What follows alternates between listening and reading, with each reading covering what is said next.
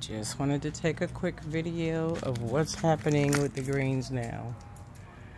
I just plucked these last Saturday, and all of these were too little to cook.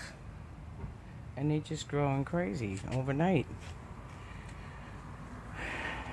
And I've been treating them with the neem oil, so they're looking better. The worms are disappearing, those cabbage worms. 'Tis the season. I hate those little things, because they just as green as the collard greens. You have to actually analyze each one. There's my mixed greens, mustard greens, turnip greens, and collard greens. They're starting to sprout out really well. Okay, we got tomatoes over here. They're spreading out really well. Cucumber and carrots.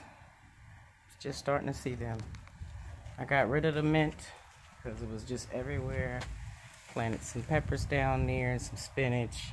Still got my beets over there and some more tomatoes in the back. And another collard green tree growing.